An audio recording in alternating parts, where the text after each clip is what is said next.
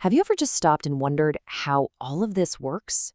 I don't mean in some grand philosophical sense. I mean, literally.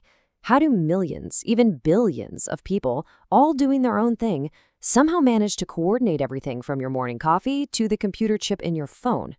Well, today we're going to dive into a hidden information system that's pretty much running our entire world.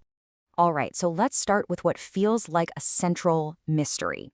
Just imagine for a second a world with nobody in charge. No global CEO, no central planning committee making all the big decisions. In a lot of ways, that's kind of the world we're already living in, isn't it? So really, how does it all hang together? I mean, think about something as ridiculously simple as a pencil. You need wood from a forest, probably in Oregon, graphite that was mined in Sri Lanka, and rubber that came from Malaysia. The people involved in every single one of those steps, they've never met. They'll never speak to each other. So how on earth is this kind of global teamwork even possible? Well, the answer is that our economy has a kind of secret language. It's this incredible system of signals that tells everybody what to do, what's needed, what's running low, all without a single person ever issuing a command. To really see how this language works, let's zoom in on a simple, real-world example. Let's talk about the story of tin. So the story kicks off with a problem, a big one. A key source of the world's tin supply is suddenly gone. It's offline. And just like that, the global supply takes a huge hit. So what's the very first thing that happens? Before anyone even has a chance to read a news report about a flood, a single number changes. The price of tin goes up. That's it.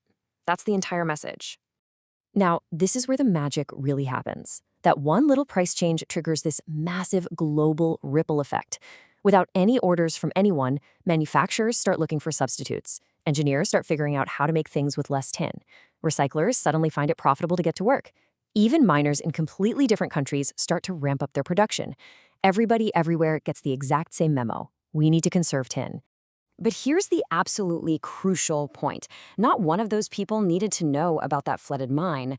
The engineer, the recycler, the miner in Malaysia, they didn't need the backstory. All they had to see was that one number change. The price itself contained all the information they needed to make a smart decision. So what we've just seen in this story about tin, well, it has a name. We're decoding what economists call the price signal. You see, a price isn't just a number on a tag. It's a piece of incredibly compressed information. Think of it like a zip file. It instantly tells you how scarce something is, how much people want it, and what other options might be out there. It's a summary of millions of tiny data points, all distilled into one easy-to-read number. And this idea perfectly illustrates a point that the economist F.A. Hayek made way back in 1945. He called the price system a marvel because it does something no supercomputer could ever do. It gathers and sends out the combined knowledge of millions of different people, and it does it automatically. It wasn't designed, it's a system that just emerged. Now, I know this might all sound a bit abstract, but trust me, you are interacting with these signals every single day of your life. So let's connect this big idea to what's happening all around us. Just think about it. When the price of gas shoots up, you instinctively start driving a little less, right? That's a price signal talking to you. Have you ever seen surge pricing pop up on a ride-sharing app during a storm? That's a signal telling more drivers to get on the road. Even a drought happening halfway across the world sends a signal through green prices, which tells farmers everywhere else to maybe plant a little more. This secret language, it's working all around us, all the time.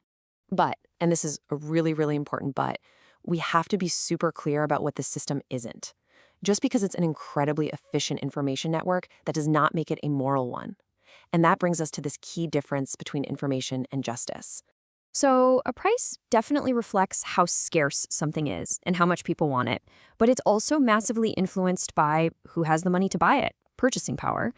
What a price absolutely does not reflect is moral value or fairness. You know, water is essential for life, but it's cheap. A luxury sports car is not essential at all, but it's wildly expensive.